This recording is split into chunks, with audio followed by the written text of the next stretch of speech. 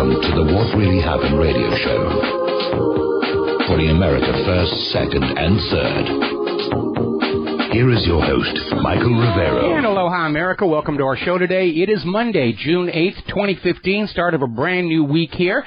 It is the 48th anniversary of Israel's attack on the USS Liberty. Last Saturday, of course, was the anniversary of D-Day, so they had the war movies out on the cable channel all over the weekend. And I just got this weird catalog in the mail with all these reproductions of military regalia and weapons and everything for everybody who is really sorry they missed the big war and they're looking forward to the new one. So good luck. Send postcards. Have fun here.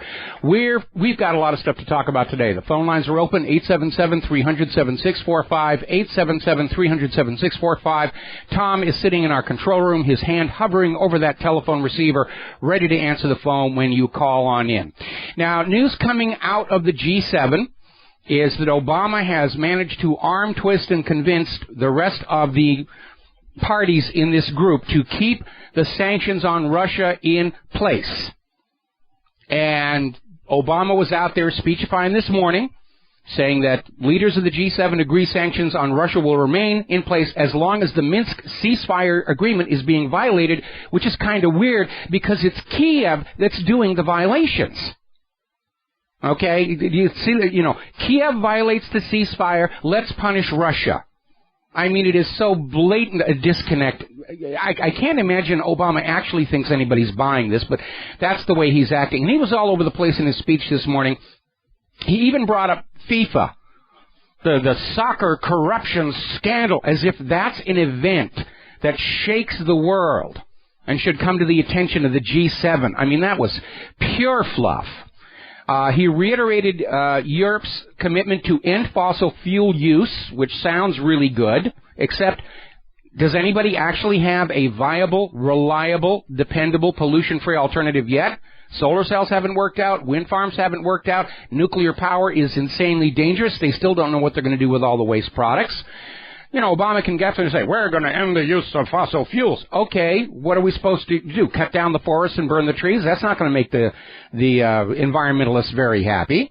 And, of course, that was his segue into global warming and how we're all going to agree to fight global warming. So let's do like Caligula did, go down to the ocean and stab the ocean with spears until it behaves.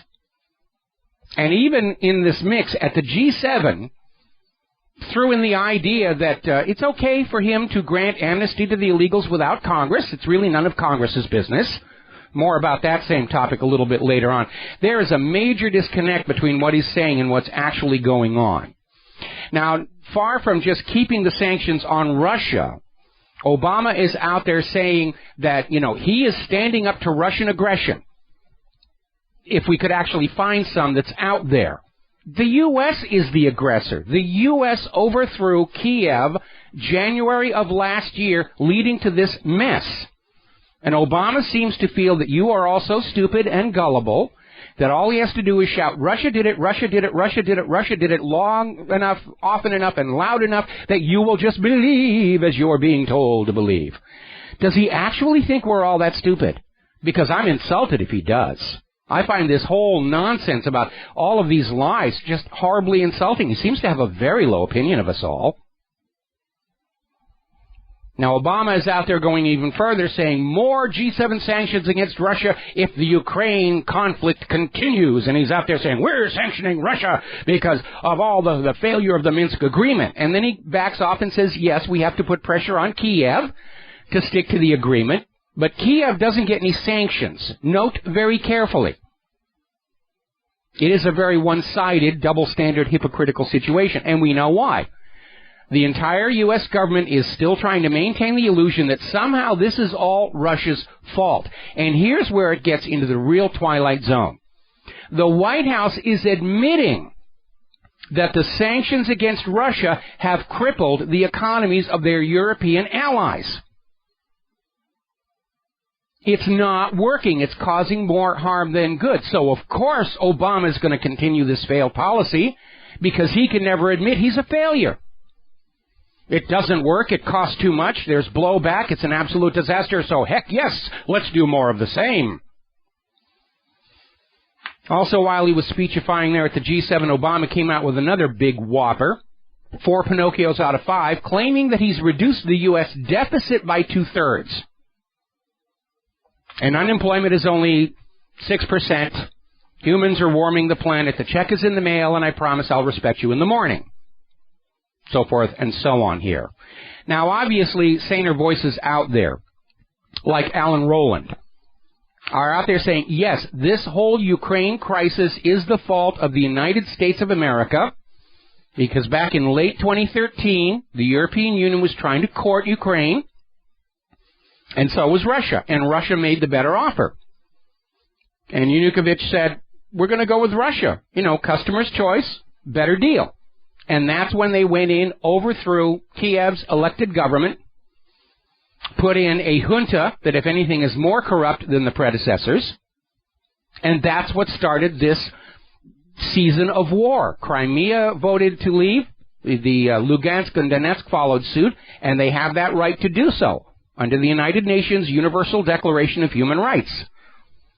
And that's what's led to all this war. And the propaganda is, oh, it's all Putin's fault. It's Russia's fault. It's Putin's fault. We, the United States of America, don't do anything evil or wrong. Our feces are not odoriferous. We're clean as the preacher's sheets, or whatever euphemism they're going to use. And it is insulting that they think we're buying any of this bovine excrement. Meanwhile, U.S. troops are training Ukrainian soldiers on Russia's doorstep, rattling the sabers. The U.S. has announced they want to put medium-range nuclear-capable missiles in Europe to contain Russian aggression. Who's making the aggressive move? Who's shipping the missiles in there? Now, obviously, Russia understands. The U.S. wants either a vassal state Russia or Russia war to protect what's left of the ink and paper U.S. dollar. But Russia is not going to be caught off guard like they were against the Nazis. Russia is resuming production of their Tu-160 White Swan for nuclear deterrence, and they're bringing back the nuke trains. The U.S. nuclear trident relied on submarines. The Russians went a less expensive way, and they built special trains capable of launching nuclear missiles, and they just ran them around Russia's very complex, extensive rail system. From satellites, they look like refrigerated cars. And they're in constant motion, and you can't find them. The latest upgrade carries 6 of their SS-24 Scalpel missiles, which can carry 10 warheads. They're getting very serious. The U.S. and the money junkies are risking incineration of the Earth's surface purely in an argument over whose brand of paper and ink we're all supposed to use. And I don't know about you, that's a really stupid reason for an extinction-level event on the human race. I really think so. All right, we're going to grab a quick phone call. Andrew in New York, aloha. Welcome to the show. What's on your mind? Hey, Mike, have you been checking about the Bilderberg Group? Not really. I mean, Alex Jones tends to cover that pretty much thoroughly, and, I'm sort of sticking into the rest of the real world here. Yeah, that's true, but, it shows how, our leaders meet in the secret and decide, everything without the public knowing nothing. Well, I mean, it's very secretive. It's not just the Bilderbergers. I mean, meetings with Council on Foreign Relations. The G7 is top secret. What the leaders are telling to their own people could be complete fiction as to what's really going on in that room. We don't really know. We have governments that are whose internal workings are completely invisible to us, and at the same time, of course, they want complete unrestricted access into all of our personal lives and behaviors. I read an article about how the U.S. spent $10 billion on new technology, which cannot even match the Russian missiles, which are very much better. And I don't know how to start a war. Well, it is a bad way to start a war here. I'm going to have to let you go. We got to take a break for commercials. Thank you for the phone call, and we'll be right back. Hello, hi, America. Welcome back to the show. And responding to the caller that we had when we went to the commercial break, yes, it is true. The U.S. spends vast sums of money on military procurement, and they're not getting a lot of bang for their buck. That's just a hard reality, because the military-industrial complex is not about the military. It's not about national security.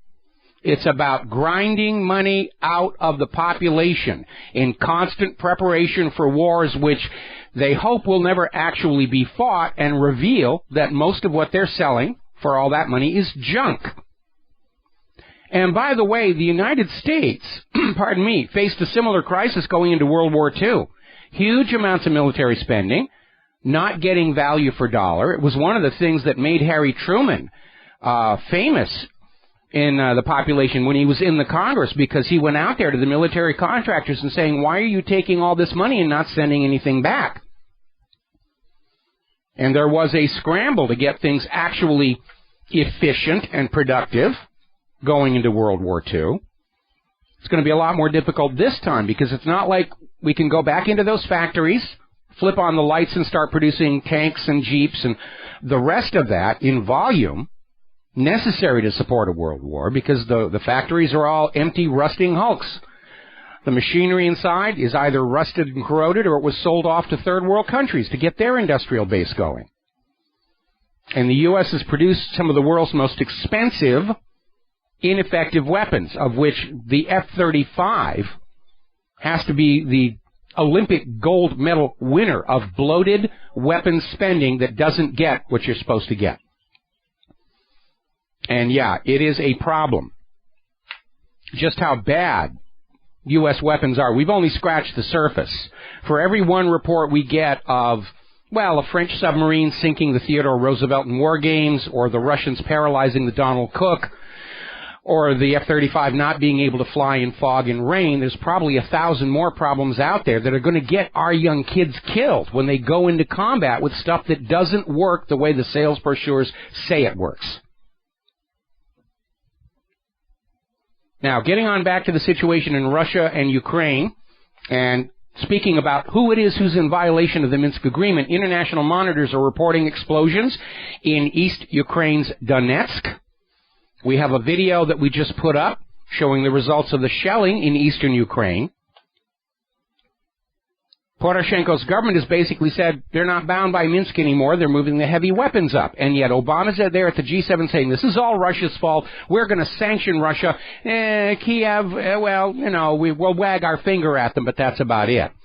And amazingly enough, the people of western Ukraine are taking a much harder line with Poroshenko. There are rallies in central Kiev, massive rallies calling for Poroshenko's impeachment and removal from power.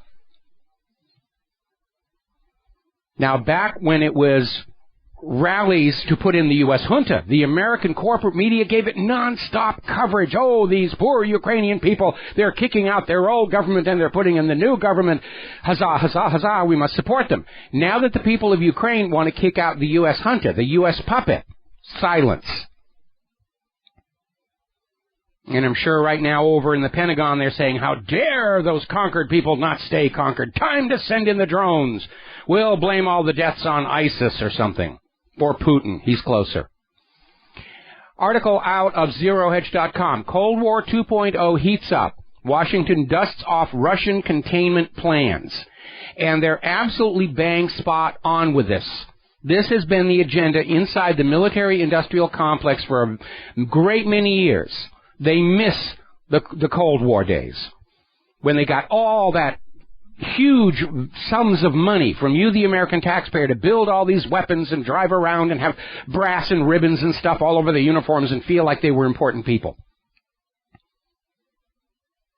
Because, I mean, let's face it, if you look at most of those military high command officer uniforms, if they weren't backed up by weapons, they'd actually look kind of silly, like a drum major who's lost his marching band or something. All this garish decoration there.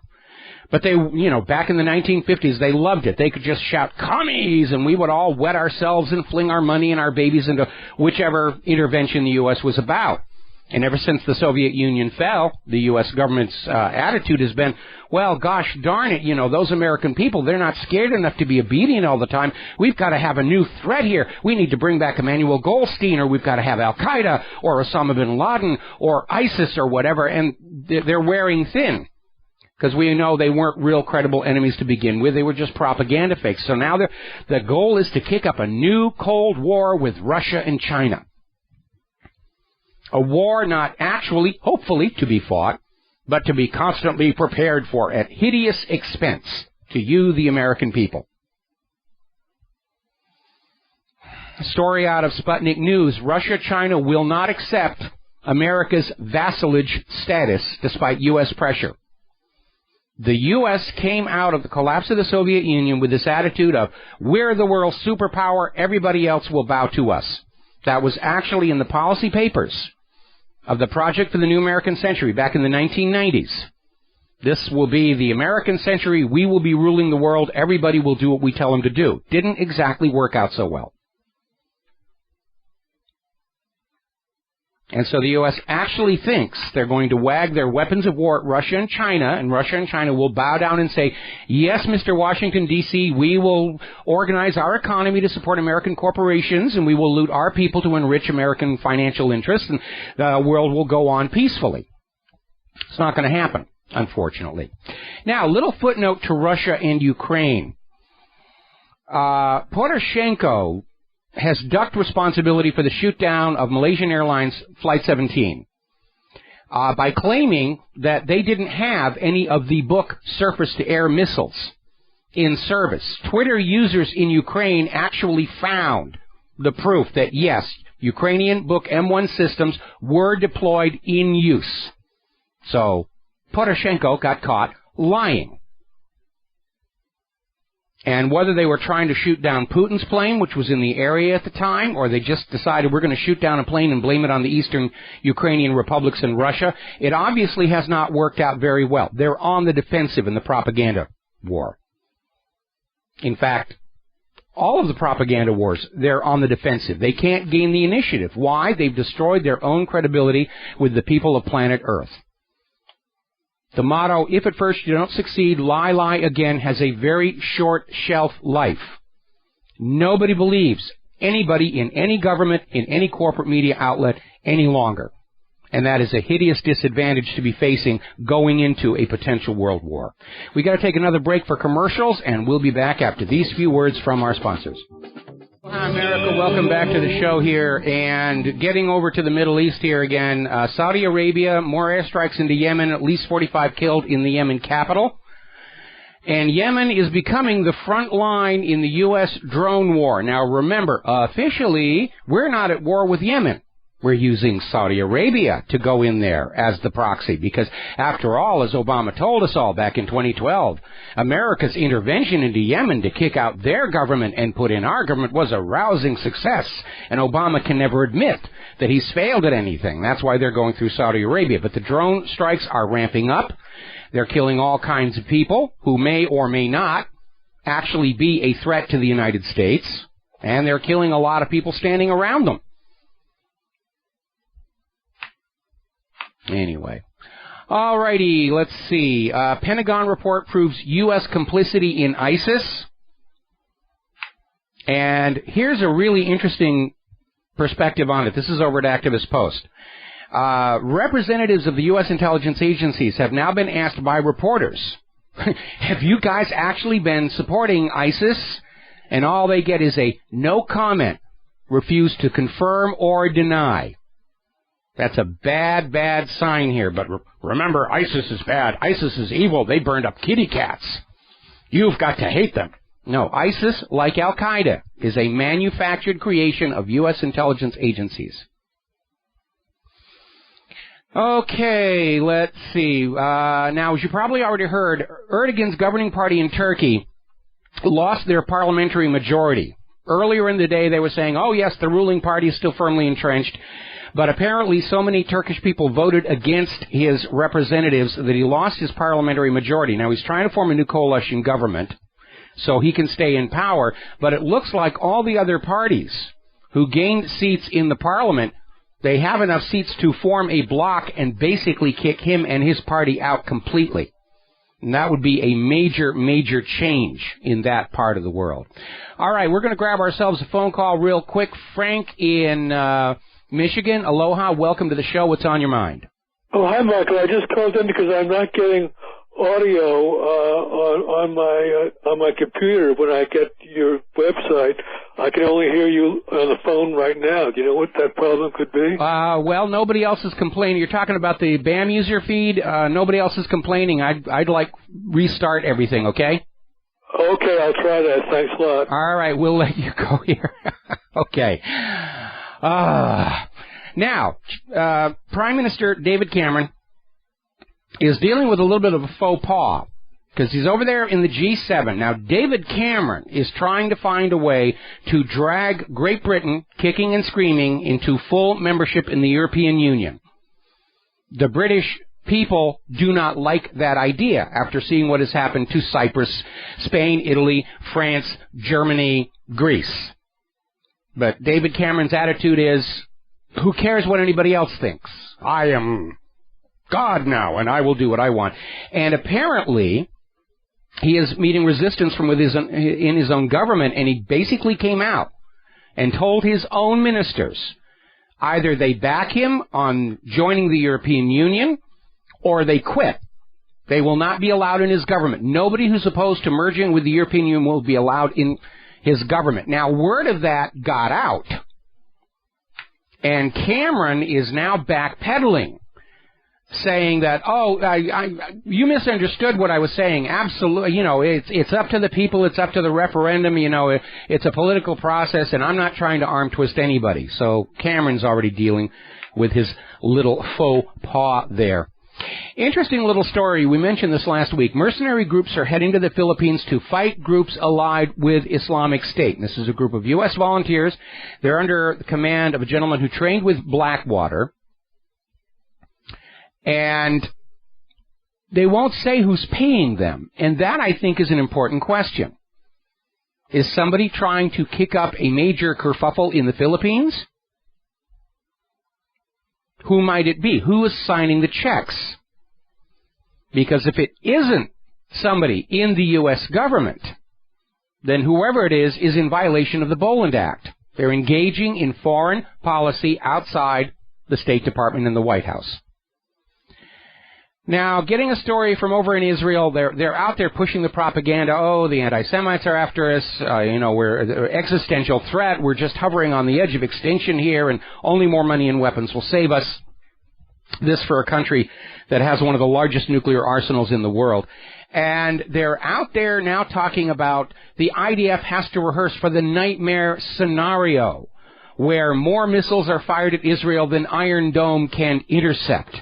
And they need more money and more Iron Dome. And by the way, these little bottle rockets that have been flipping across the fence to justify Israel's current strikes on Gaza, Iron Dome didn't get any of them either. Doesn't seem to work, does it? So, of course, let's spend more money on it. If at first you don't succeed, up the funding.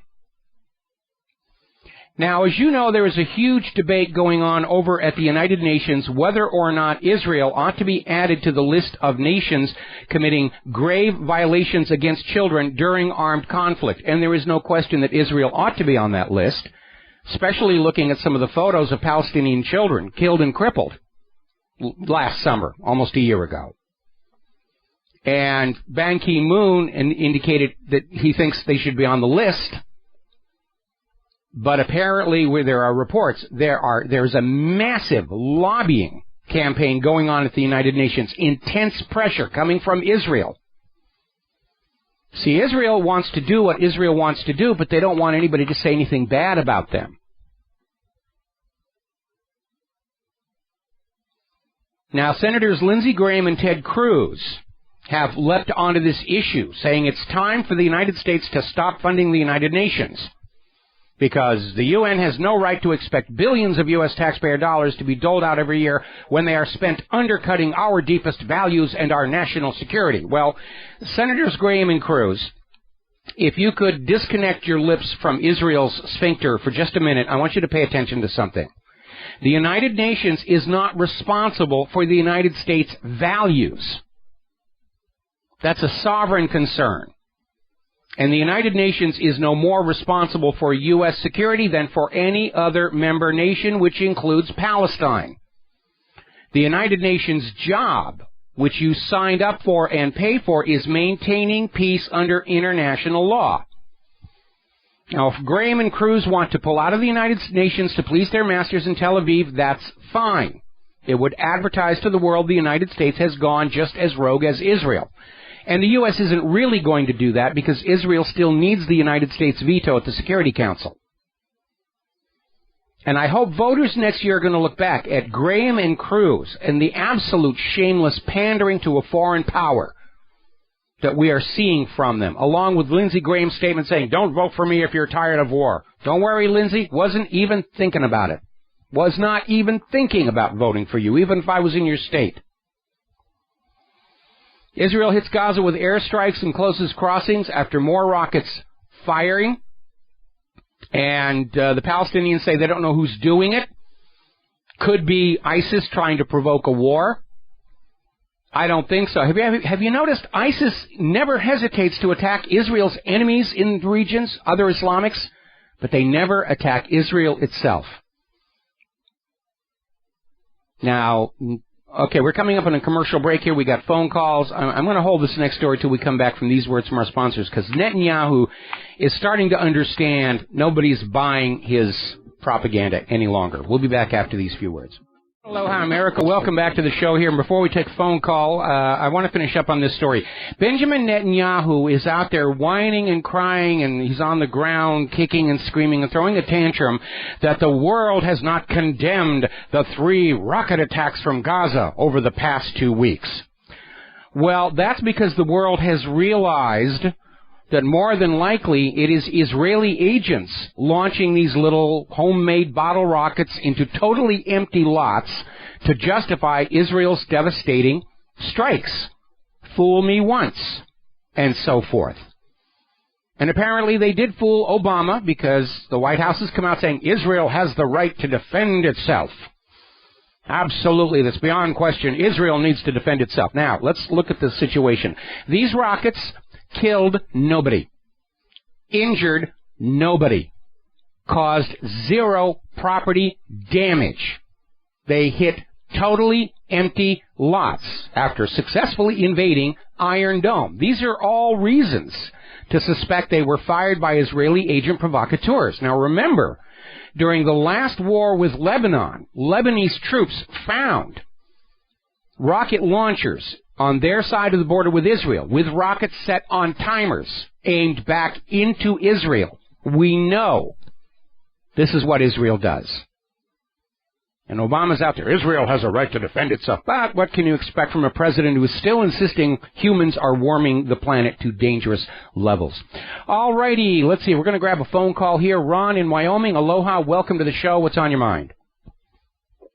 Oh, hi, Michael. Ron Kukal, USS Liberty survivor. Oh, Ron, thank you for calling on in. I'm sure that Jim Beardsley connected you up. I wanted to talk to a survivor who's here on Oahu, but he's dealing with some personal crisis and he couldn't make the show. I am so glad that you are here. We're going to spend the rest of the segment to the top of the hour with you. Today is the 48th anniversary of Israel's attack on the USS Liberty. They attacked the ship, killed a lot of people, tried to sink it, tried to frame Egypt for it, and then when they failed to sink the Liberty, said, oh, it's a horrible accident, mistaken identity. We thought it was an Egyptian horse carrier because, of course, everybody knows horse carriers have giant dish antennas all over them, and Israel only hires pilots with really, really lousy eyesight anyway. So, Ron, tell us about the day. Well, I think a lot of people know about the day now, Michael. Yeah. I'm always glad to be on with you. A reason I say that is, if I can get this in before the top of the hour. You got 8 minutes. Oh, great. The reason I say that is that we've been trying to get the truth out about this for 48 years. And I've sort of been in on the bottom line of it all. And so I can say sincerely and truthfully that from what I can see from 48 years ago up until this date, there's more interest now in what really happened than I've ever seen in my life. And I think I can say this because I've seen it from the bottom to the top.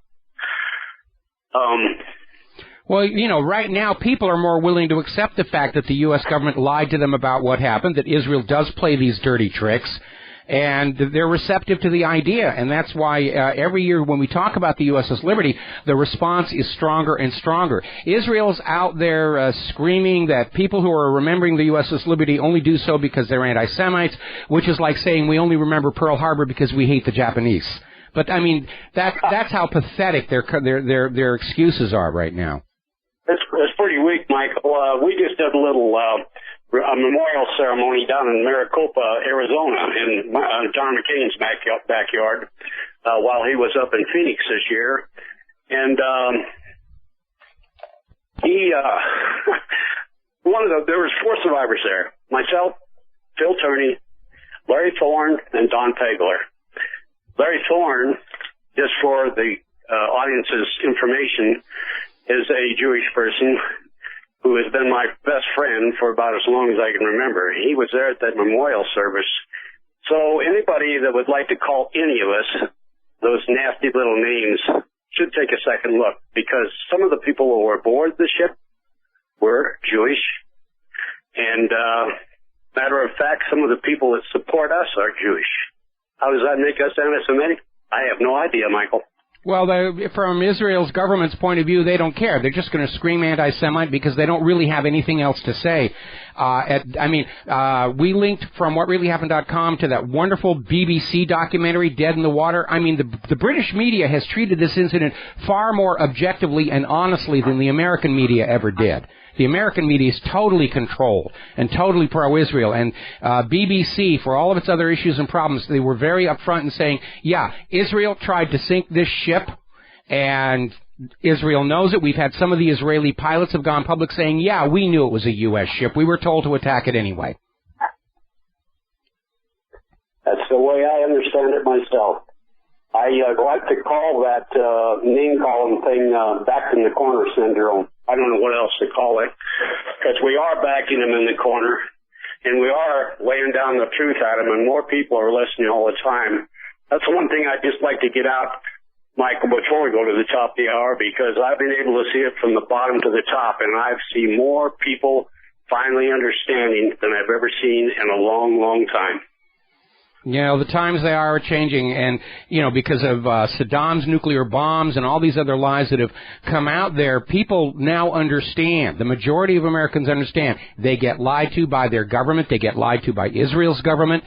And, this day and age, people are going to look at the actual facts and evidence and say, yeah, this is what Israel did. They're not going to be scared off by somebody screaming, oh, you're an anti-Semite if you look at that. Oh, you're a Jew hater if you look at that. You don't want to be mixed up with those people. Just believe the official story that it was cloudy and rainy and the ship wasn't flying a flag. And all, of course, that is nonsense. If you look at the photos and films taken from the Liberty, it was clear blue sky, light scattered clouds. Over at the U.S. Cryptographic Museum, they have the flag from the USS Liberty on display there, full of Israeli cannon holes.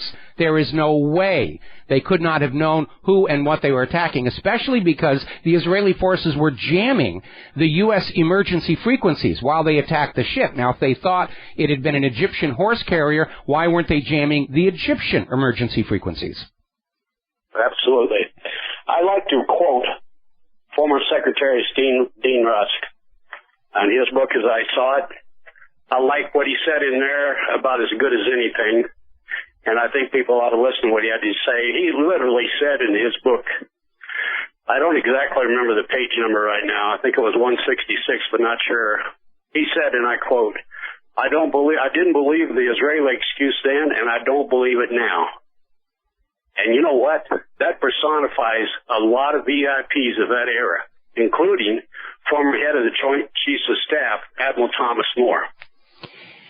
Yeah, but unfortunately too many of these people who knew the truth stayed silent out of some misguided sense of loyalty. And by the way, the significance of being in Arizona, John McCain's home state, it was his father, Admiral John McCain, who was in charge of the cover-up relative to the Liberty and its crew. The captain of the Liberty, McGonigal, received the Congressional Medal of Honor. It was the only CMH not granted by the president at the White House. He got his in a Navy Yard so they could keep the public and the press out. Just shameful the way they treated the crew of the Liberty. and they're still treating us that way. You know, I'm kind of at a loss for words because you know this story and the truth about it all about as well as anybody. That's why I always like to call into your show. And, you know, there's nothing you said here that I could ever argue with, not one iota. I guess you're right. A lot of these people kept quiet, with the exception of Captain Ward Boston. Yeah, who went public and said it was a cover-up. We're almost to the top of the hour here. I want to finish by giving everybody something to think about.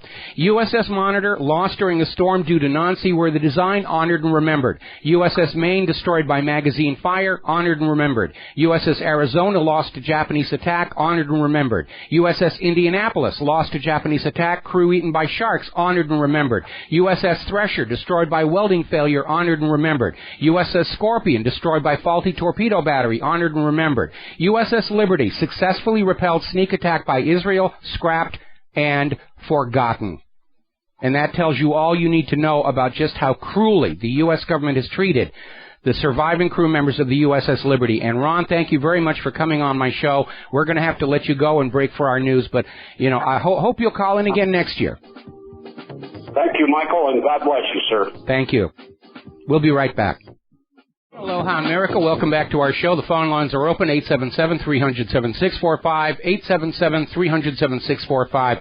Now, Israel's public relations problem, I think, is illustrated very clearly by the fact that Israel is out there saying nobody should pay attention to all the Palestinian children murdered by the IDF in successive attacks on Gaza.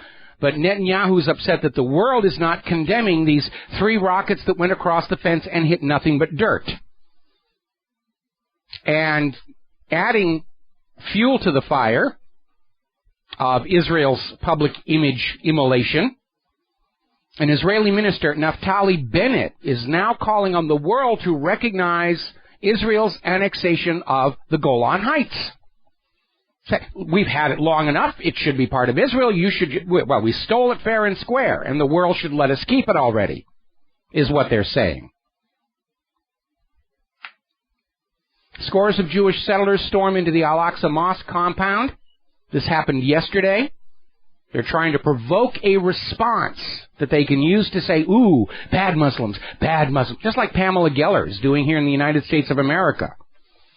You know, with all these offensive cartoon contests, and they just want some kind of a reaction. They can say, see, the Muslims don't respect freedom of speech. But it's become so obvious, nobody's going to fall for that any longer. That's why the world isn't condemning these rockets hitting empty lots in Israel. We know it's Israel doing it. Now, interestingly enough, over at RINF.com, they're reporting on the IR-MEP poll. Should Israel's nuclear weapons be acknowledged and inspected? 65% said yes, it's time. Okay? Nobody is buying Israel's policy of ambiguity. Maybe we do, maybe we don't. They do.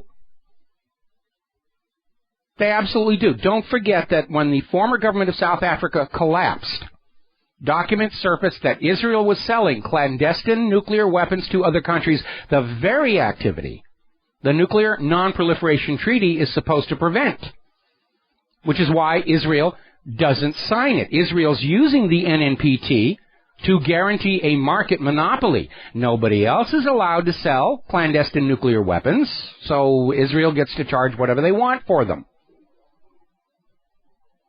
Remember Mordecai Vanunu smuggled out pictures of the bomb factory underneath Dimona, published in the European press.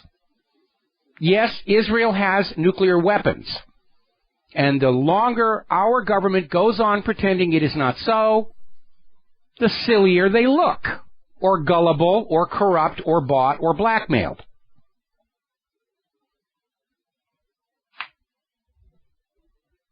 At some point, you need to realize you can't go online, because all you do is you make yourself look worse.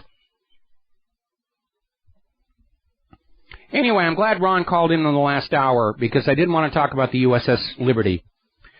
And basically, this is one of Israel's many, many false flag attacks. Israel survives by tricking other people into fighting their wars for them. Back in the 1950s, there was an incident called the Lavon Affair, where British and American assets in Egypt were being bombed, and the evidence left at the scene put the finger of blame on Egyptian Muslims. Then one of the bombs detonated prematurely, and they caught the bomber, who turned out to be an Israeli agent. Israel's first response was, oh, it's an anti-Semitic plot. It's the anti-Semites. They're trying to make us look bad. Finally, Israel was forced to admit that, yeah, it was our guy. You caught us. And it was a huge scandal. But this is what Israel does. There's a book out called By Way of Deception by former Mossad agent Viktor Ostrovsky, who now lives in Arizona. And in it, he relates many cases where Israel has gone out and tricked the U.S. into making war on people Israel doesn't like. Israel used a Trojan horse radio transmitter smuggled into Libya to send out messages that tricked Reagan into thinking Gaddafi was ordering massive terror attacks around the world. Reagan fell for it. The European intelligence agencies said this is a hoax. Reagan fell for it, and he bombed Libya, tried to kill Gaddafi, missed him, got his 5-year-old daughter. This is how Israel operates. And don't forget those dancing Israelis that were cheering and high-fiving when the World Trade Towers collapsed, and the U.S. bundled them up and very quickly shipped them back to Israel, and National Public Radio outed them, 3 of them at least, as known Mossad agents. Now, as I mentioned to Ron, I have a link from whatreallyhappened.com to the BBC documentary Dead in the Water. And this is a very good examination of what happened. Israel tried to sink that ship. They knew it was a U.S. ship when they did it. Now, when Israel first started the attack with unmarked planes, Israel contacted Washington, D.C. and said, Egypt is trying to sink your ship.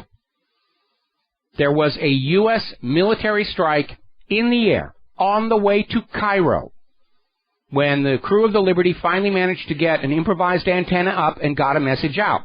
Because by that point they were being attacked by Israeli torpedo boats which had markings.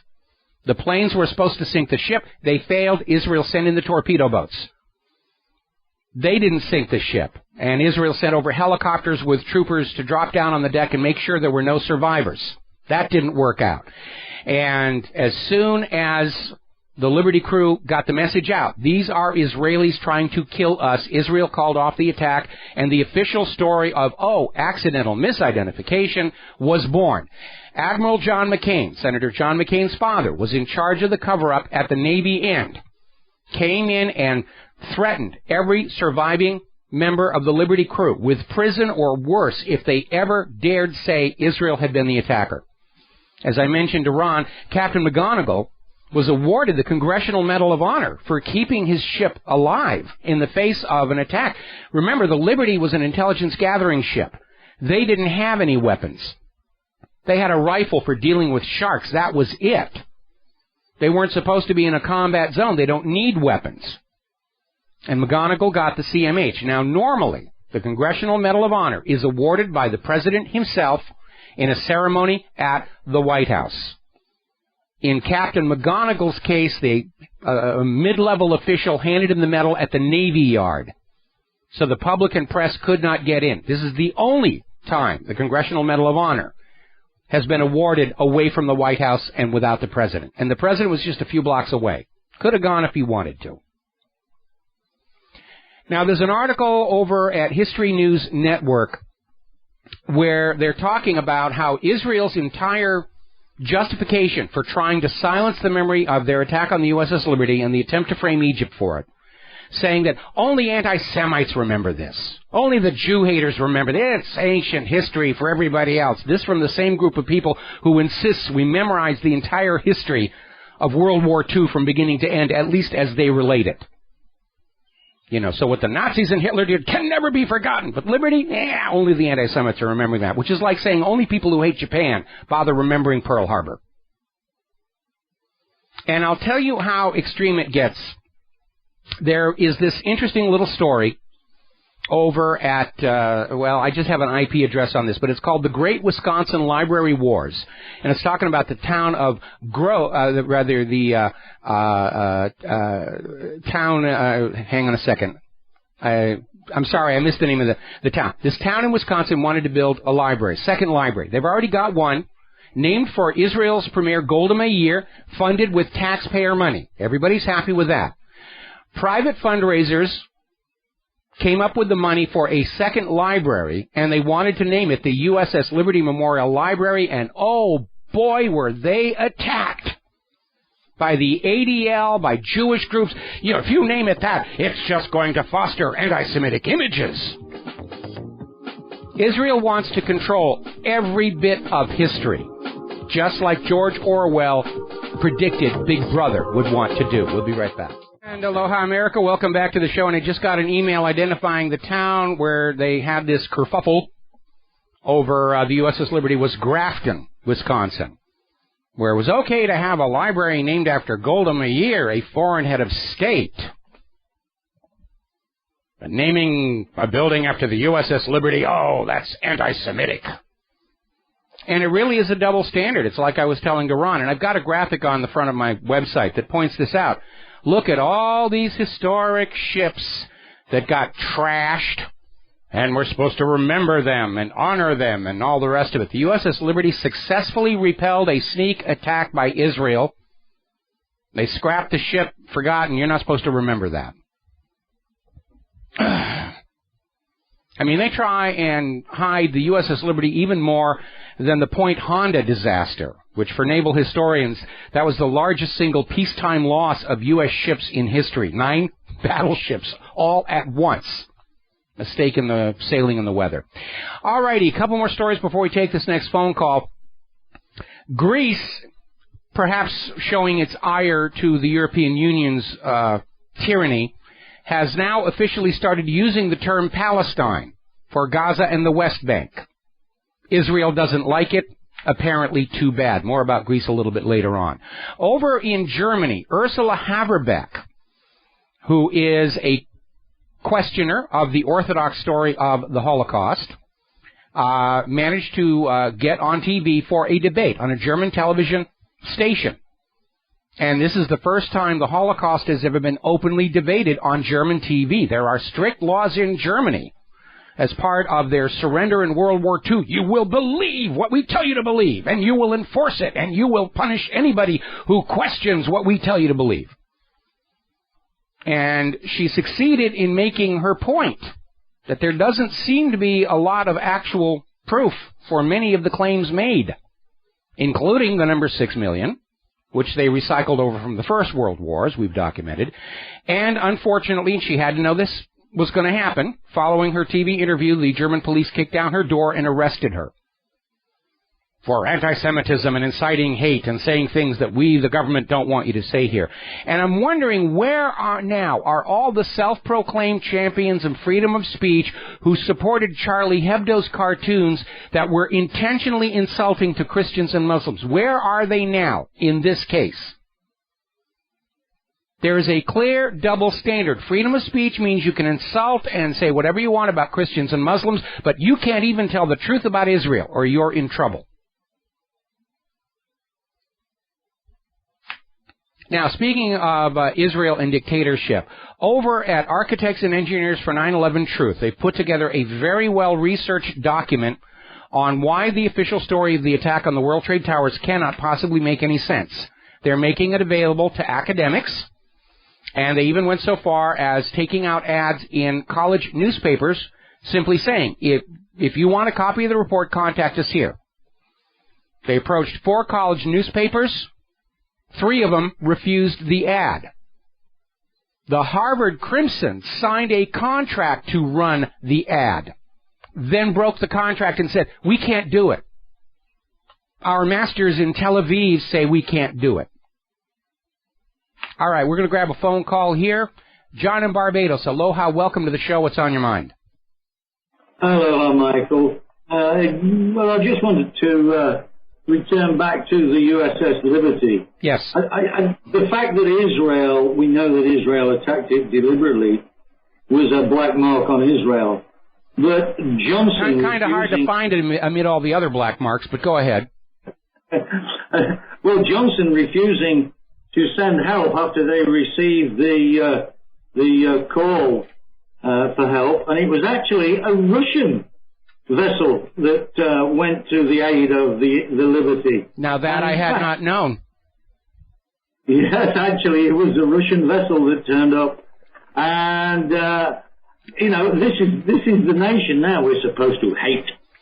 You know, a lot of people don't know this either, but when the Civil War broke out here in the United States of America, all of the European banking families supported the Confederacy in order to destroy Lincoln's greenback as a threat to their power and control. And it was Russia that literally held off the European nations from coming on board on the side of the Confederacy. Yeah, I mean, the nonsense coming out of this G7 meeting is just, I mean, the lies, there's just no other way of explaining it. No, well, there shouldn't be another way. These are lies. They are lying to us again. You know, how do you tell when a politician is lying? Their lips are moving, and those lips are wagging all over the place, and we all know it's lies. And the government seems to be taking the approach that, well, it's okay if the population knows we're lying. We're going to say, in officialdom, this is how we're operating. This is what we're basing all of our policies on. Even if it's a complete fiction, it's official, and that makes it okay. Well, I mean, myself, I criticize the Israeli policy and, of course, criticize the dual citizen Israelis that support that policy. But I get called an anti-Semite all the time. Well, as far as I'm concerned, that anti-Semite label is a badge of honor. Well, again, my response to that is dismissing the crimes of Israel's government as anti-Semitism is like dismissing the crimes of the Nazis as anti-Germanism. That is how absurd and silly it really is. Talking about that, more of the truth about Hitler, like coming out now in various documentaries like Hellstorm and what have you, and The Greatest Story Never Told. You know, the nonsense that we hear about Hitler, all the demonization. Yeah, he was a totalitarian state, but he turned a basket case into an economic powerhouse in 3-4 years. And that's why they crushed him down, because they couldn't do the same thing while they were still enslaved to private central banks. We've got another story on whatreallyhappened.com. It's come out now that all that we were told about China's Tiananmen Square massacre may have been made-up China-bashing propaganda. It may have been a protest that got a little out of control, but the idea that there was a massacre was Western propaganda. And one of the reasons to believe it is I had a coworker of mine when I was at Square USA who'd been in China only a few miles from Tiananmen Square and said, we saw absolutely nothing of what TV said was going on over there. Well, I've been reading some reports, obviously been translated from Chinese, of actual witnesses who were actually in Tiananmen Square at the time. And they totally rubbish the Western propaganda on the affair. Yeah, well, like I was telling Ron before, where we live in an age where Americans are very open and receptive to the idea that they have been lied to their entire lives by the government and the corporate media. John, I'm going to have to let you go. We got to take a break for commercials. We got another caller waiting on the line when we get back after these few words. Hi, America. Welcome back to the show. And I just posted a story to the front page of whatreallyhappened.com going into the issue about the Soviet ship coming to the aid of the USS Liberty. There's a couple of variations of the stories I found in the web search. One said that it was a single Soviet ship. Another one said there were two, of which one approached and offered aid. They were refused by the officer in charge on the Liberty, which you can understand given the sensitivity of the electronics that were on the ship, although at that point most of those had been destroyed and dumped overboard anyway. The official U.S. government story of the USS Liberty about how it was all a tragic accident caused by the weather denies that the Soviets tried to render assistance of any kind. So it's all he said, she said, And given that it wasn't the Russians who lied to us about Saddam's nuclear weapons, I'm willing to give them the benefit of the doubt. All right, we're going to grab ourselves a phone call here. Mark in North Carolina. Aloha. Welcome to the show. What's on your mind? Hey, Mike, glad I found you, buddy. You and Alex Jones are about the only sane people on all of talk, internet, mainstream news, or anything else. I just want to say that, about Putin and Russia, these people keep on demonizing this guy. This guy's a very, moderate man. I mean, he is very restrained. He could have the Ukraine in one day if he wanted it. He could get them out of the East in 2 hours if he wanted. I mean, he is trying his best, but he's bending over backwards to show how reasonable he is. And these neocons, all they want is, another Cold War, or if they keep pushing it, they want a hot war. They want a nuclear exchange with Russia. Well, I don't think anybody wants a nuclear exchange, but they definitely want a war because war is big business, and I've got my fortune plowed into defense contractors, and if we don't have a war, I'm not making money.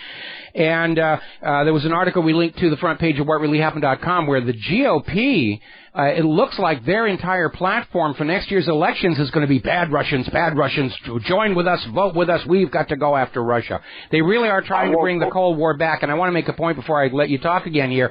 My parents, fell for this bovine excrement hook, line, and sinker, but that does not obligate us to make that same mistake twice.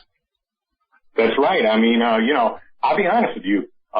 Except for Rand Paul, right now Bernie Sanders is looking better and better to me. If he starts taking a pro Second Amendment stance and an anti-abortion stance, I'd very likely vote for him. I mean, this guy, and because I'm disgusted with the GOP. I mean, they're nothing. I mean, we really need a third party.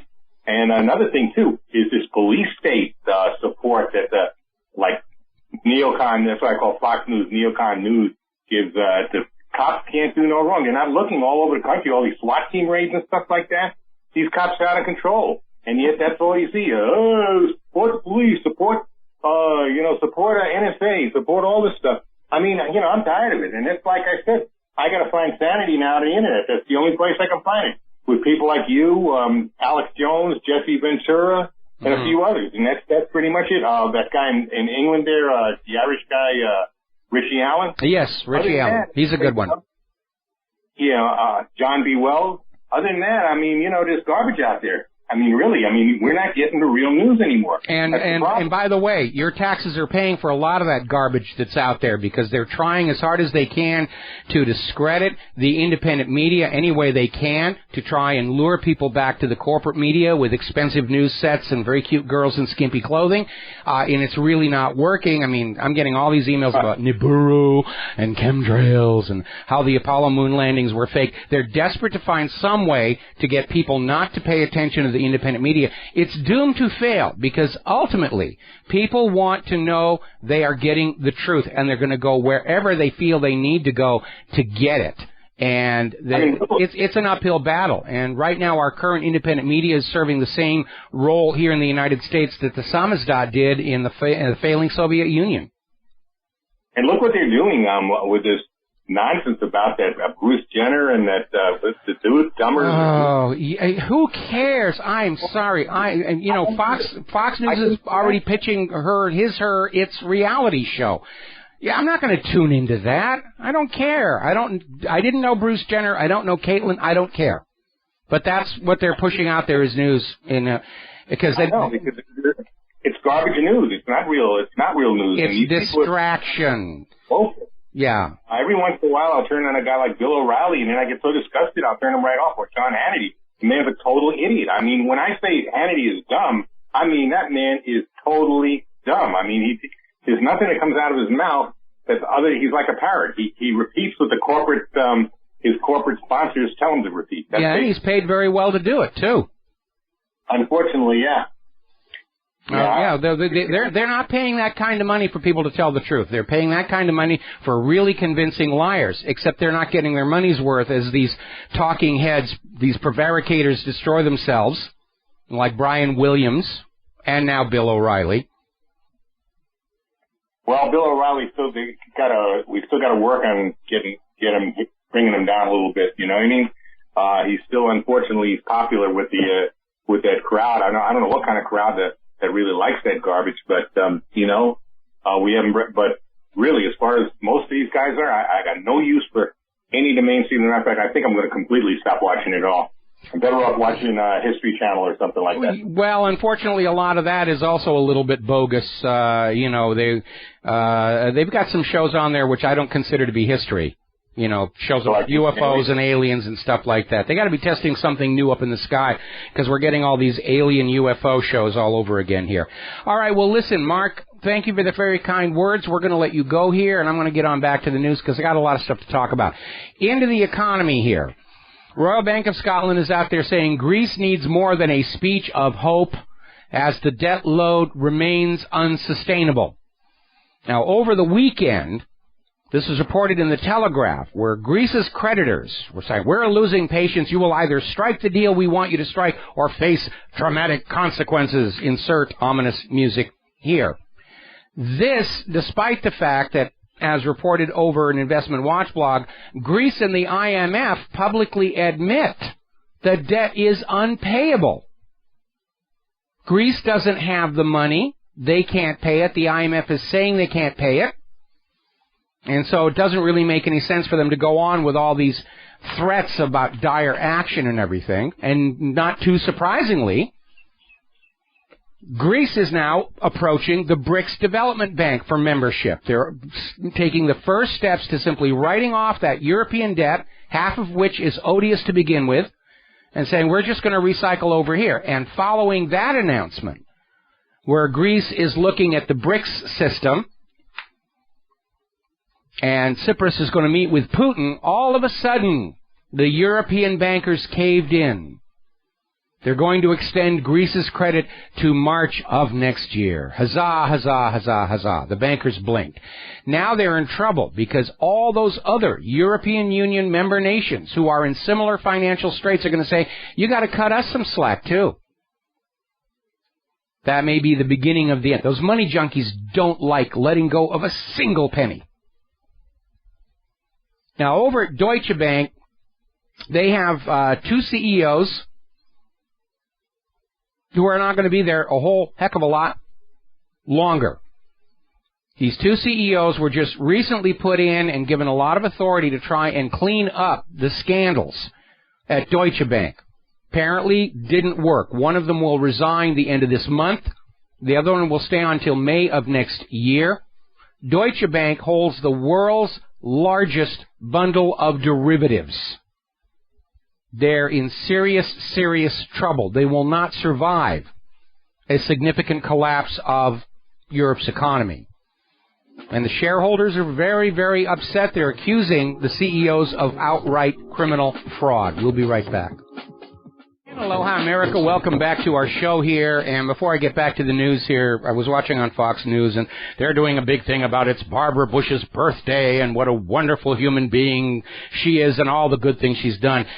Every time I think about Barbara Bush, I keep thinking about her quote about the war in Iraq. Why should we hear about body bags and deaths? It's not relevant. So why should I waste my beautiful mind on something like that? That, I think, is a little closer to the real Barbara Bush than this frosting candles and ribbons they're decking all over her. Getting on back to the economy here, following on the latest news about the bankers blinking with Germany and giving them an extension on their credit. You need to remember, the European Union has ordered all of the member nations of the European Union to enact bail-in legislation by the end of this coming summer, or the nations will be prosecuted by the EU Commission. And for those of you who don't know what I'm talking about, bail-in laws mean the banks can help themselves to your savings accounts when they get into trouble. Why the rush to get these laws in by the end of summer? Here in the United States of America, the Justice Department is probing banks for rigging the Treasuries markets. And there are some, reached out to 3 of the 22 banks as primary government debt dealers. So now they're rigging the Treasuries market. It's all rigged. It's all rigged. Modern banking is a criminal enterprise. designed to loot your work product, put it in the pockets of the money junkies. Over at the Federal Reserve, Chairwoman Janet Yellen told members of Congress Friday that the Federal Reserve is not going to comply with the congressional subpoena, saying that they're running their own investigation internally and complying with the subpoena would compromise that. And this is a confirmation of Alan Greenspan's comment that we have on video, saying that in reality, the Federal Reserve private central bank answers to no U.S. government authority. They are a power unto themselves. That's why they've never been audited. That's why Yellen can sit there and say, we're not going to respond to your subpoena. Send all the subpoenas you want. We don't have to respond to them. And talk about arrogance and hubris and, chutzpah. Story out of Refreshing News 99. Apparently, some of the Wall Street firms that received taxpayer bailouts following the crash of 2008 are whining that they didn't get enough. And they're now suing the U.S. government, saying that U.S. taxpayers, meaning you, have to pay them an additional tens of billions of dollars more. Now, none of us agreed to bail out the banks in the first place. That was all done for us by members of Congress whose own investment portfolios are in those banks. And these banks, rather than expressing gratitude for the unintended generosity of the American taxpayer to save their bacon from a self-created mess, they're out there in the court system whining, saying, you didn't give us enough. We need more. And, of course, all during this time, the top executives at all of these Wall Street firms were getting record salaries and bonuses. They were becoming millionaires and billionaires virtually overnight. And it wasn't enough. They need more from you. That's always the message we get from Wall Street and Washington, D.C. You must make do with less so we can have more. You must make do with less so we can have more. You must make do with less so we can have more. It's a tough sell in this day and age. But that's the attitude of fascism. The wealth is supposed to be at the top and all the obligations and debt at the bottom. That's fascism.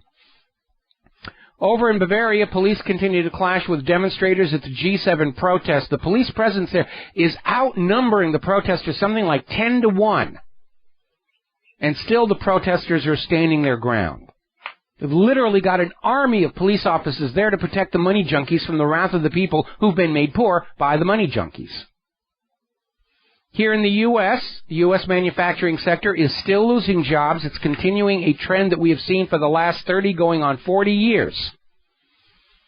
The money junkies on Wall Street don't want to get their hands dirty and greasy actually making products. We'll just contract it out to China or something.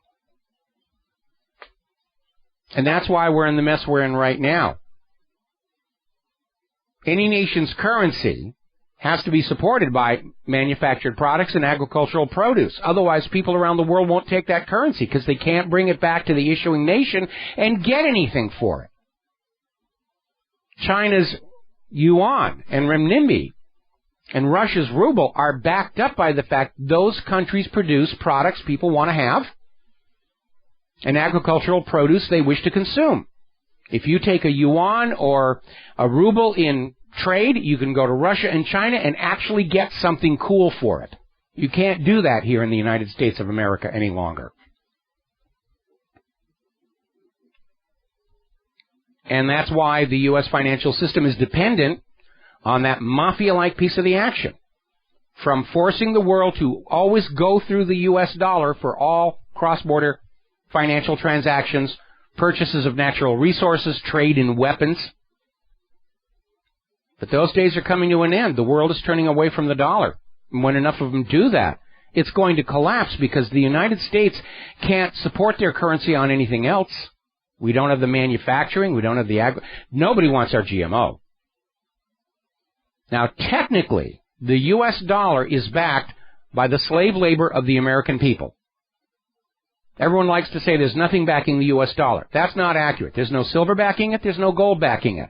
What backs it are those treasury bonds issued by the U.S. government in trade for the newly created money coming out of the Federal Reserve. Those treasury bonds are a promise by the U.S. government to take money away from the American people and not give them anything for it in order to give that money to the private central bank.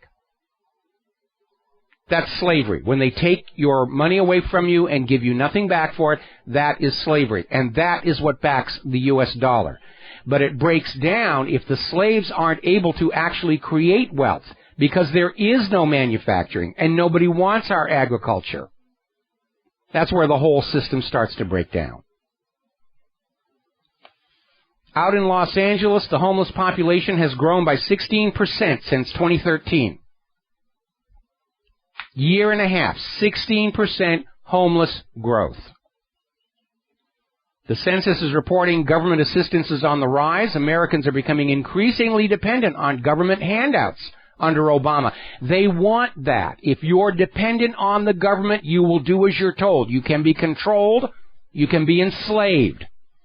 Governments want you to be dependent. Britain did the same thing to this country back in the 1700s. You will conduct commerce only with banknotes borrowed at interest from our private central bank. You will only buy these products from our pet corporations and friends and so forth. Enforced dependency is slavery. That's why even as everybody decries how much money is going out on food stamps, the Department of the Interior is still running ads to get people to sign on up. Because once you're dependent on that little plastic card, they got you. Absolutely got you. That's why they want you dependent on government handouts for your health care, government handouts for your food, government handouts and subsidies for your fuel and rent and everything else, because once you are on that subsidy hook, they own you. Now, speaking of health care, out here in Hawaii, time to say aloha to our local Obamacare exchange. $200 million in federal taxpayer cash has basically disappeared down into that puka, which is Hawaiian for a hole. And the Obamacare exchange is being shut down. Anybody in Hawaii who wants Obamacare is being directed to the federal exchanges. Obama's over there at the Supreme Court screaming that the Supreme Court really had no right to ever look at his Obamacare legislation. Certainly not the current case. He's getting really tyrannical, isn't he? I'm doing what I'm doing. Congress has nothing to say about it. Supreme Court has nothing to say about it. George Bush was joking when he said it's going to be easier if this is a dictatorship. Obama seems to be taking him at his word. It's getting a little scary out there. All right, we're coming up on our top of the hour news break. When we come on back, more about the economy, more about, well, everything. So we'll be back after top of the hour news break. I should be here. There's the music. All right, we'll be right back in a bit. Aloha, America. Welcome back to our show. Hour number 3. The phone lines are open. 877-300-7645. 877-300-7645. Tom is still in our control room, ready to answer the phone when you call on in. I was watching the Fox News feed during the commercial break, and they're going on about how we can beat ISIS in Iraq and we can do all this, and they're sort of dancing around the idea of sending U.S. troops back into Iraq for the third time. Meanwhile, there's a little bit of a commotion brewing, because over at the G7, apparently, when the Prime Minister of Iraq, the U.S. puppet ruler of Iraq, approached Barack Obama, Obama and his people just kind of blew him off, snubbed him. They were a little upset about that. You're just a puppet. I don't have to show you any respect. I'm Obama. I don't listen to the Congress. I don't listen to the Supreme Court. I don't listen to the people. Why should I listen to you just because you work for me? All righty, getting on to politics and corruption here. Foreign governments that gave cash to the Clinton Foundation saw an unprecedented 84% jump in arms deals approved by Hillary Clinton's State Department. Hillary's people are saying, it's just a coincidence. Really, it's just a coincidence. It's, you've got absolutely no proof that that's what happened. It's just a coincidence here. Once is a coincidence. 20, 30 times, that's a pattern. Now, Hillary is out on the campaign trail, and one of her talking points that she is making is how the GOP is trying to disenfranchise voters. And she took the state of Texas to task, saying about how they're trying to suppress the illegal immigrant vote, they're trying to suppress this, and so forth and so on. Perry took an opportunity Sunday on CNN State of the Nation to wag his finger at her and saying that she doesn't understand the people of Texas have been all in favor of expanded access to voting. But Hillary is saying this because it sounds good to her supporters, and she's pushing for mandatory voter registration for everybody in the U.S. No voter ID, meaning this is going to get the illegals as well. Because I think Hillary's beginning to understand the only way she's going to win the White House next year is she's going to need lots and lots of registered voters' names to steal the election with. Remember the old motto, die bold, we guarantee the results. And she's going to need that help. Because over at the New York Post and several other places, they're reporting on the fact that Hillary's numbers are headed down dramatically. Not just a little dip, not just noise.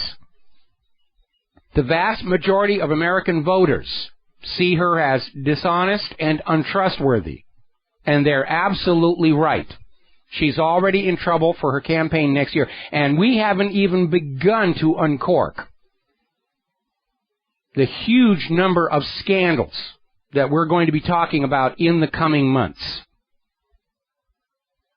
And I'm already getting emails from the rabid militant feminists about how you're just opposed to a woman as president. No, I don't have a problem with a woman as president.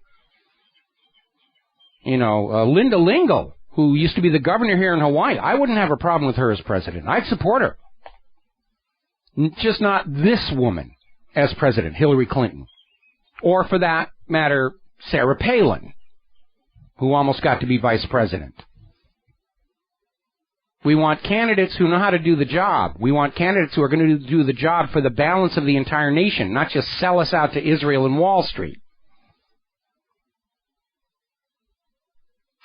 Anyway, Republican election strategy, blame the Putin boogeyman. I was talking about this in the phone call earlier. The GOP strategy is going to be all about Russia's bad, Russia's evil, Russia's coming to get you, vote us into power, we'll protect you from the evil Russian boogeyman. And as I told that caller, our parents may have fallen for this bovine excrement, and they did, hook, line, and sinker. That doesn't mean that we have to. We are a much wiser, more sophisticated population. We understand and accept government lies to us to get what they want. Politicians lie to us to get what they want. The Russians are not the problems. As that other caller pointed out, Putin has been very moderate all along. He tamped down that whole Syria situation. He's been handling Ukraine, trying to keep it from blowing up. It's the neocons in the U.S., the military-industrial complex, that is desperate for a war. They want to make money. They want to have something to distract us all from the declining economy, or worse, have something outside they can blame the economy crash on. It's not our fault. It's those Russians and Chinese. They're the reasons that you're all hungry and in the streets and without jobs and without homes. It's not us. They're looking for somebody to scapegoat. Russia and China fit the bill. And they're hoping that somehow a new world war will sort out the financial mess, because that's what worked the last few times. Crash of 1907, get out of it with World War I. Crash of 1929, get out of it with World War II. Rented lips. Crash of 2008, look how many countries the U.S. has invaded, drone struck, overthrown, infiltrated, bombed outright. They're trying to repeat the previous pattern. It's not going to work this time. The United States lacks the 4 M's to prevail in a conventional war. They lack the money, they lack the manufacturing, they lack the manpower, even with all the illegal immigrants who are going to be dragged out and put in uniforms. And they will not be committed fighters because they're not emotionally connected to this country. And last of all, the United States lacks the moral authority in this war. In big mistake number 1 and big mistake number 2, the U.S. was able to lie the American people into believing that we were in the right and those other people were in the wrong. The Lusitania for World War I, Pearl Harbor for World War II, which we now know both were fakes. They were propaganda stunts. The Lusitania was carrying weapons. Everybody knew it. The German government actually took out ads in the New York newspapers. Do not sail on the Lusitania. It's carrying weapons of war. It's a legitimate target. We will attack it if we see it. Pearl Harbor was not a surprise. Roosevelt spent the entire year goading the Japanese into the attack.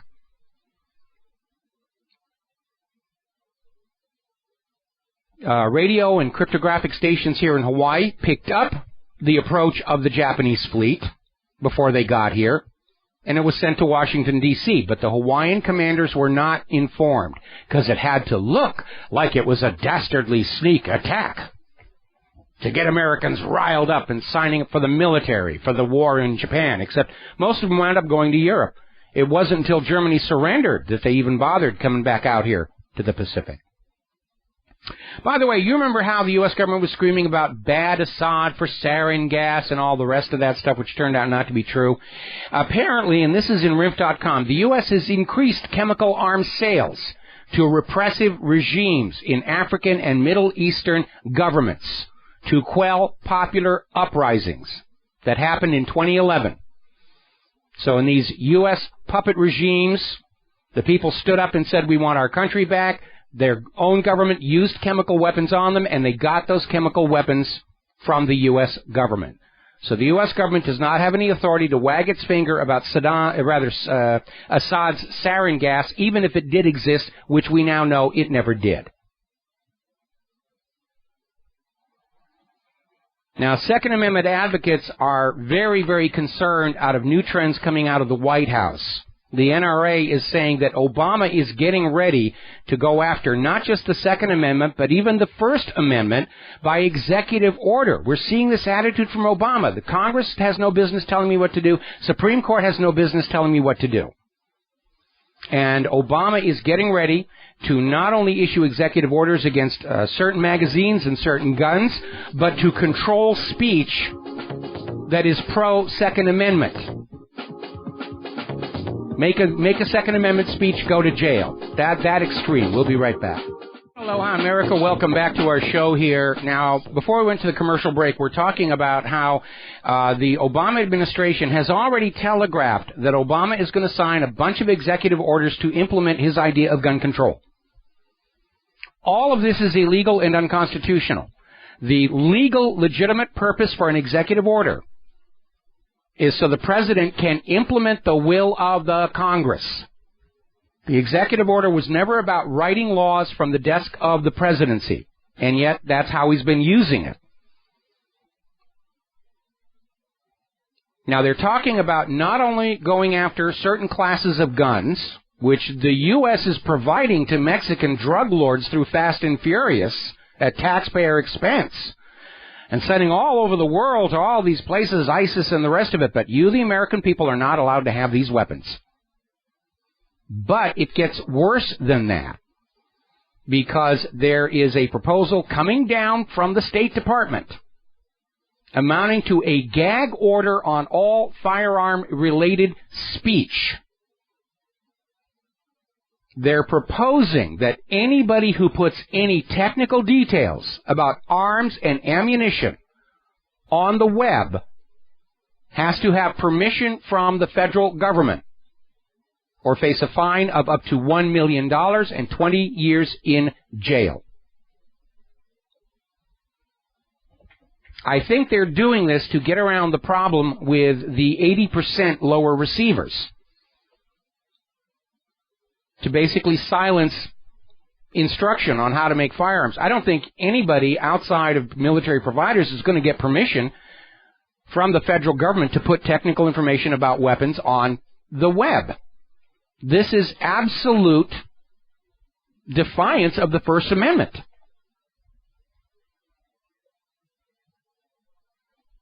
They must really be scared of us. Apparently, over at the G7 summit, Obama is out there screaming that Putin is trying to recreate the Soviet Empire. No, it's the U.S. military-industrial complex trying to recreate the Soviet Empire because they made so much money off of that.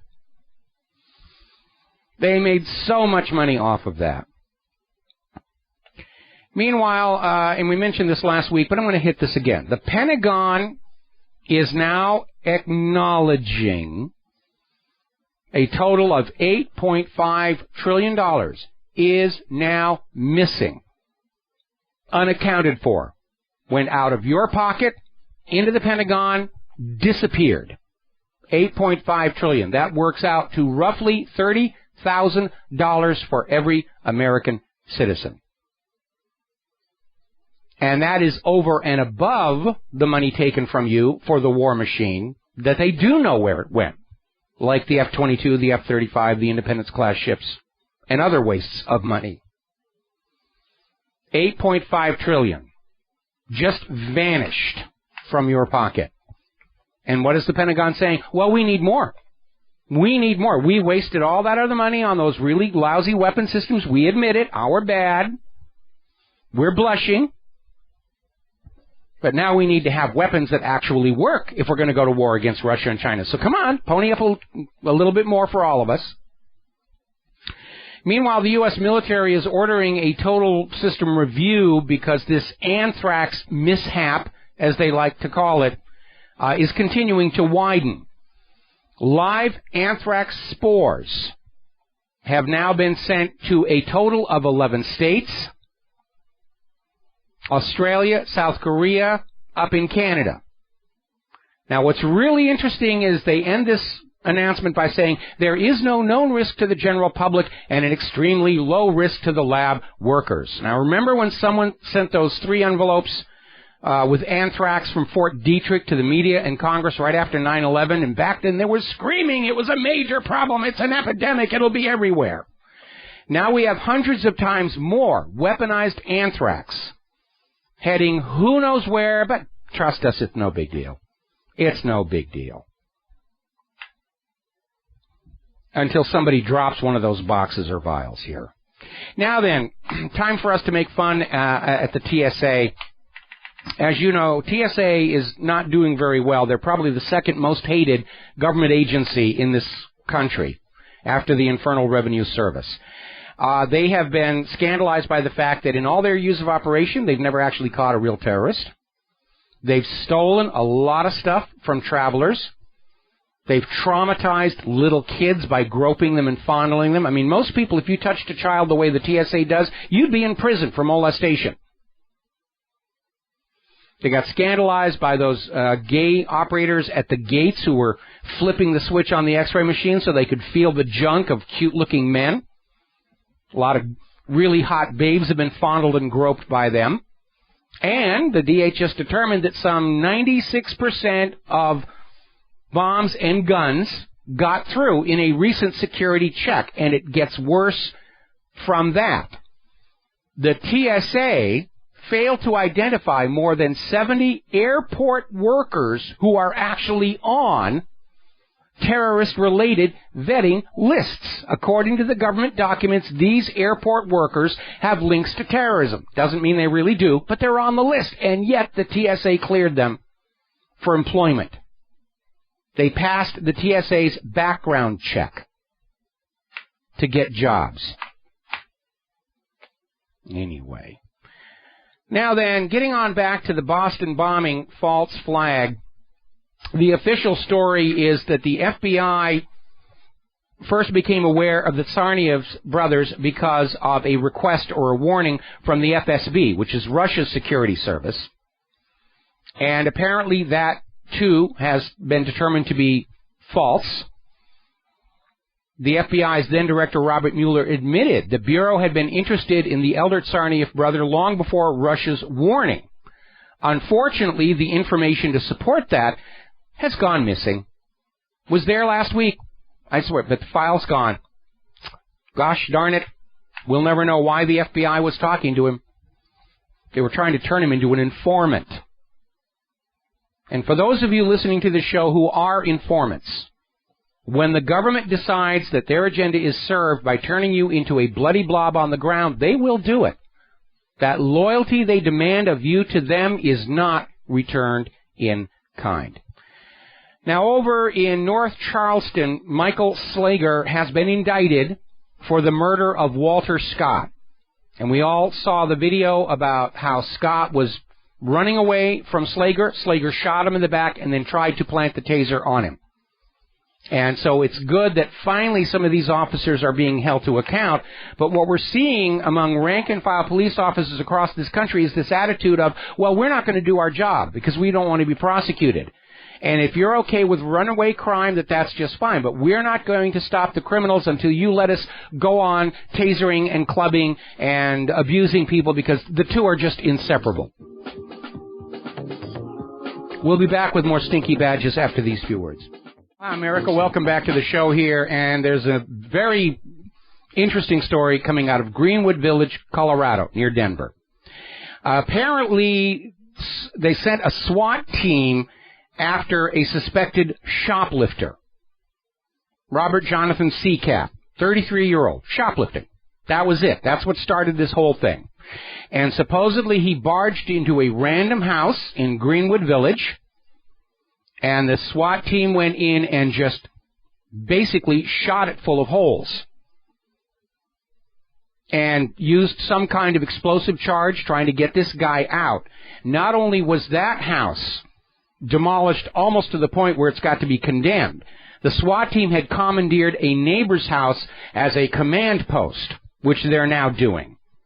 Okay, you haven't committed a crime, you are not a suspect, but we're coming into your home and we're taking it over because we need a command post. Apparently those large MRAP armored vehicles aren't capacious enough to serve as a command post. They wanted to take over the house. And whatever they blew the first house apart with damaged the house the SWAT team was using as a command post. All for a suspected shoplifter. Now, I'm going to take a guess here that had the police gone to the owner of that home and said, we're looking for the shoplifter, and when we find him, we're going to blow up the house to get him, the homeowner would have said, look, I'll just pay for the Blu-rays and DVDs that he took from the store, okay? And get off the hook that way. Absolutely amazing. Another video has surfaced of Texas police grabbing a phone and pepper spraying the owner for no apparent reason whatsoever. We're going to grab a phone call here. Steve in Florida. Aloha. Welcome to the show. What's on your mind? Hello, Mike. I just want to point out two things. The first being the importance of a voter's registration card to a Mexican. I didn't believe it myself, but I knew, maybe 30 Mexicans illegal in Ohio when I lived there. And they're telling me they're going to get back into the country. And I said, well, what ID do you have? Do you have, like a birth certificate, passport, anything? No, I got my voter's registration card. They don't speak English, right? And I says, well, you got to be kidding me. They're not going to let you in the country with a voter's registration card. And they look nothing but like, the things they send you in the mail, when you get your driver's stuff. Well, did it no work? ID, no stamp, nothing. Are you kidding me? That is like, to them, they don't have Social Security cards. That to them Steve, you're not answering my question. Steve, does it actually work? An illegal with a voter registration card can get back into the country? Most certainly.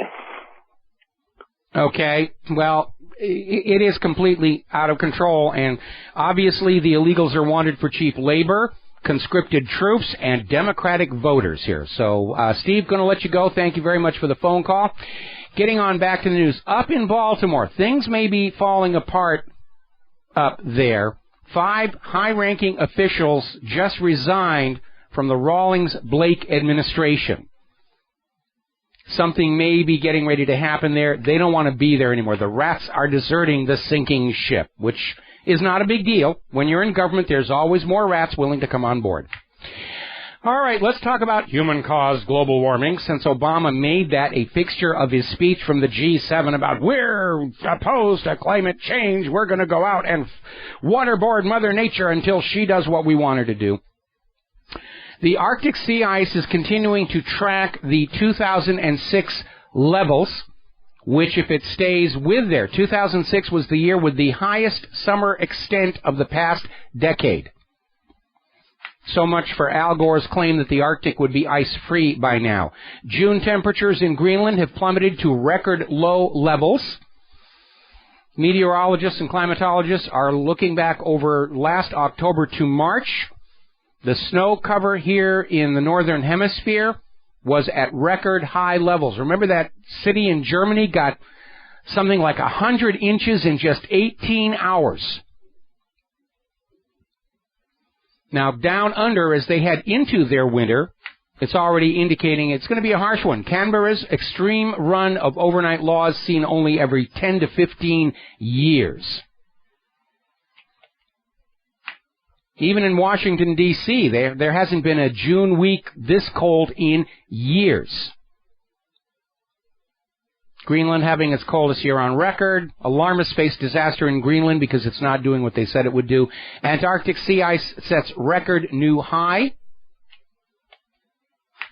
But despite all of this, because Obama says there's global warming, and they've got lots of money to hand out to scientists who are willing to sell their science, their ethics, and their honor for a fast buck in research funding, they're already out there saying that not only is the world getting warmer, there hasn't even been a pause.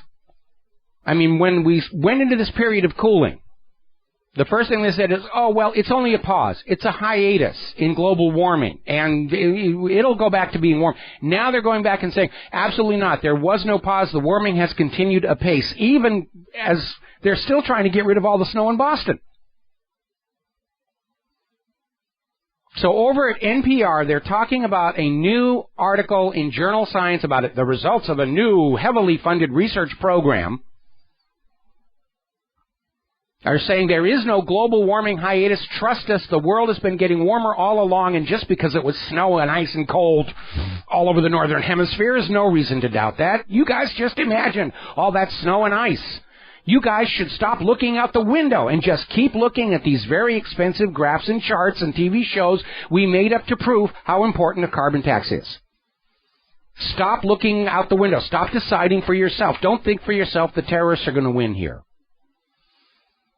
And raising on a busted flesh, this is over at The Guardian. New research suggests global warming is accelerating. And they're out there saying this is going to end the discussion about the so-called pause or hiatus, which never existed in the first place. You should feel insulted that they think you are this stupid and gullible, that you're just going to buy this thing after the hard winter we've just been through, that you're going to say, oh yes, there never was a global warming pause, the world is warming, I will pay a carbon tax, oh yes, massa. Sheldon Whitehouse, Democratic senator from Rhode Island, is out there saying it's time to throw global warming skeptics into prison. Just jail them for being heretics and not believing as we tell them to believe. U.S. college professor demands him, same thing. This echoed by Lawrence Torsello. Rochester Institute of Technology penned an article saying, yes, just anybody who doubts human-caused global warming, just throw them in prison. We don't want to talk to them, because they can't. Now, as you heard on the SRN news break, there's been a major data breach at the U.S. Office of Personnel Management, getting data going back 30 years. And they're blaming it on China. And just in time to help push the cybersecurity bill through Congress. Now, China is denying that this happened. And there is absolutely no way to know that if, in fact, there was a Chinese server involved in the hack, that it wasn't simply compromised to hide the origin of the true hackers. Real hackers will do that. They'll bounce from a machine in Africa to a machine in Europe to a machine in South America to a machine in China and then carry out the attack so you can't find out who they are. But this is just more gratuitous China bashing. And you want to know how we know? What possible benefit could China get from 30-year-old government personnel records?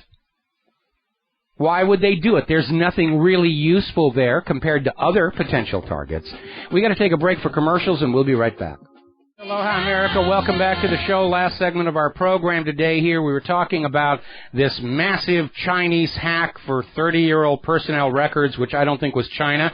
And I think it's another staged incident because right now they're trying to push this new cybersecurity bill through Congress, which will mean more government control over the Internet because the Internet has become the high ground in the war for the minds of the people. Corporate media has lost it. Nobody's paying attention to corporate media any longer. Their audience numbers are in the Al-Qaeda. Their ratings are low. Their leading lights like Brian Williams are exposed as liars. People are coming to the net to find out what's going on, and the government is trying to find some way they can shut it all down, which would only call even more attention to the fact that our government has completely broken the contract with America, the Constitution and the Bill of Rights. Now, behind all of that, of course, we have to remember that it is entirely within reason to expect our government to pull a virtual 9/11. Because airplanes in the skyscrapers, passé. Been there, done that, didn't buy the T-shirt. They could crash the U.S. banking system computers, Wall Street computers. And that would create a mess where, hey, we don't know who owns what or who owns the money or anything other than the American people, have to cover it all. And they could blame this on Iran or Syria or Russia or China. It gives them two advantages. One, it pushes the war agenda forward. Two, they duck the blame. Because instead of a financial crash brought about by private central banking, corruption, fraud, ineptitude, now it's an act of war. We didn't destroy the economy. Those gosh darn Iranian, Syrian, Russian, Chinese did. Now, we've commented on how the U.S. government, using your money, have set up software systems allowing them to be out on the Internet pretending to be hundreds of different individuals. To post to Facebook and to post to Twitter. They have automated systems that repeat their tweets to Twitter constantly. Now, there used to be a system for us ordinary people, you know, the plebes, the serfs, the unwashed, to do the same.